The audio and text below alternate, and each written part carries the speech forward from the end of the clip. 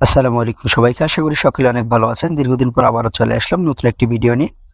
আজকের ভিডিওটিতে আমি আপনাদের সাথে একটি পিএলপি ফাইল শেয়ার করব। পিএলপি ফাইলটি হচ্ছে 2024 সালের ইংরেজি calendar return PLP file link আমি ভিডিও ডিসক্রিপশন বক্সে দিয়ে দেবো, সেখান থেকে আপনারা ডাউনলোড করে নেবেন। তবে ডাউনলোড করার জন্য 4 সংখ্যার একটি পাসওয়ার্ডের প্রয়োজন হবে। পাসওয়ার্ড 4টি আপনারা ভিডিওর মাঝখানে পেয়ে যাবেন। সেগুলো সংগ্রহ করে পিএলপি ফাইলটি ডাউনলোড করে নেবেন। পিএলপি ফাইল ডাউনলোড প্রসেস সম্পর্কিত একটি ভিডিও আমার চ্যানেলটিতে দেওয়া রয়েছে, আপনারা দেখে নেবেন। ডাউনলোড করতে সমস্যা হলে আমি আপনাদের সুবিধার্থে ভিডিও ডিসক্রিপশন বক্সে সেই ভিডিওর লিঙ্ক দিয়ে দেবো। পিএলপি ফাইলটি ডাউনলোড করা হয়ে গেলে এখন ছোট্ট একটি অ্যাপ্লিকেশনের প্রয়োজন হবে আমাদের। অ্যাপ্লিকেশনটি ডাউনলোড করার জন্য সরাসরি আপনারা প্লে স্টোরে চলে যাবেন। প্লে স্টোরে চলে আসার পর এখানে সার্চ বারে আপনারা টাইপ করবেন Pixellab।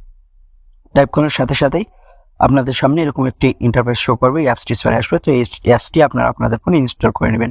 তো আমি আগে থেকে আমার ফোনে এই অ্যাপসটি ইনস্টল করে রেখেছি। তো অ্যাপসটি ইনস্টল করা হয়ে গেলে সরাসরি আপনারা অ্যাপসটির মধ্যে চলে যাবেন। তো আমি অ্যাপসটির মধ্যে চলে আসলাম। অ্যাপসটিতে চলে আসার পর ডান দিকে কর্নারে দেখতে পাচ্ছেন থ্রি ডট আইকন, ওটার উপর একবার ট্যাপ করে দেবেন। থ্রি ডট আইকনের উপর ট্যাপ করার পর ওপেন ডট পিএলপি ফাইল, এটার উপর ট্যাপ করে দেবেন। এটার উপর ট্যাপ করে দেওয়ার পর এখানে আপনারা দেখতে পাচ্ছেন ডট পিএলপি, এটার উপর ট্যাপ করে দেবেন। এটার উপর ট্যাপ করে দেওয়ার সাথে সাথেই আপনি যে ফোল্ডারে ডাউনলোড করে রেখেছিলেন সেখানে নিয়ে আসবে। তো এখান থেকে আপনি দেখে সেই ফাইলটার উপরে একবার ট্যাপ করে দেবেন। দেখতে পাচ্ছেন আমি এই ফাইলটা নিয়ে কাজ করবো, সেজন্য আমি এই ফাইলটার উপর একবার ট্যাপ করে দিচ্ছি। তো এটার উপর ট্যাপ করে দিলাম। এটার উপর ট্যাপ করে দেওয়ার সাথে সাথে আপনাদের সামনে এরকম একটা ইন্টারফেস শো হবে। তো আপনারা ওপেন অ্যান্ড অ্যাড এটার উপর একবার ট্যাপ করে দিবেন। তো আমি এটার উপর ট্যাপ করে দিচ্ছি।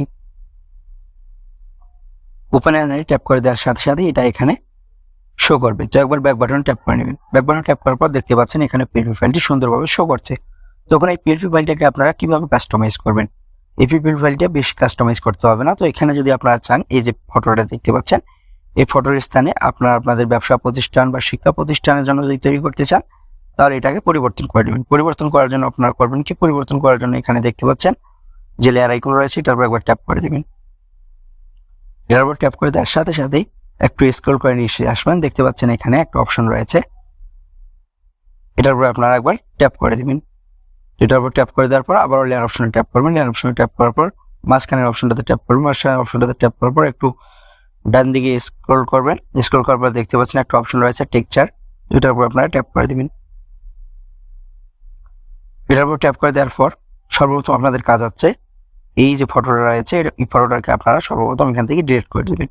ডিলিট করে দেওয়ার জন্য ডিলিট আইকনে একবার ট্যাপ করবেন। ডিলিট আইকনে ট্যাপ করে দেওয়ার পর আবার গ্যালারি আইকনে ট্যাপ করবেন। গ্যালারি আইকনে ট্যাপ করার পর আপনাকে আপনার গ্যালারিতে নিয়ে আসবে। তো গ্যালারি থেকে আপনার পছন্দ মতো যে ছবিটা আপনি এখানে সেট করতে যাচ্ছেন, প্রতিষ্ঠানের জন্য তৈরি করতে চাইলে সেই প্রতিষ্ঠানের ছবিটার উপর একবার ট্যাপ করে দেবেন।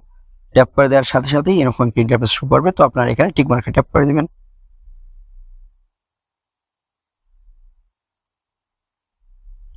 টিক মার্কে ট্যাপ করে দেওয়ার সাথে সাথে এটা এখানে সেট হয়ে যাবে।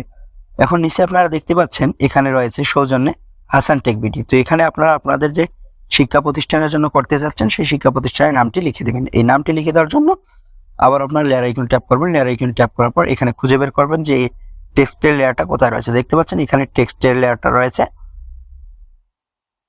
দুইটার পাশে যে একটা পেন আইকন রয়েছে এটাতে ট্যাপ করবেন। এটা ট্যাপ করার পর আবার পেন আইকনে ট্যাপ করবেন। পেন আইকনে ট্যাপ করে এখানে আপনারা আপনাদের প্রতিষ্ঠান বা ব্যবসা প্রতিষ্ঠানের নামটি লিখে দিয়ে ওকেতে ট্যাপ করে দেবেন।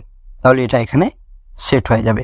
এখন সেভ করার জন্য এখানে উপরে দেখতে পাচ্ছেন সেভ আইকন রয়েছে, এটার উপর একবার ট্যাপ করবেন। এটার উপর ট্যাপ করার পর সেভ অ্যাজ ইমেজ, এটার উপর ট্যাপ করে দেবেন। এইচডি কোয়ালিটিতে সেভ করার জন্য এখানে দেখতে পাচ্ছেন কাস্টমের পাশে একটা অ্যারো আইকন রয়েছে, এটাতে ট্যাপ করবেন।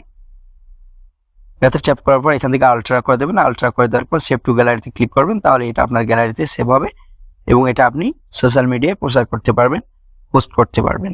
তো আজকে পর্যন্তই, ভালো থাকবেন, সুস্থ থাকবেন। ভিডিওটি ভালো লাগলে অবশ্যই ভিডিওতে একটি লাইক করে চ্যানেলটি সাবস্ক্রাইব করে যাবেন। খোদা হাফেজ।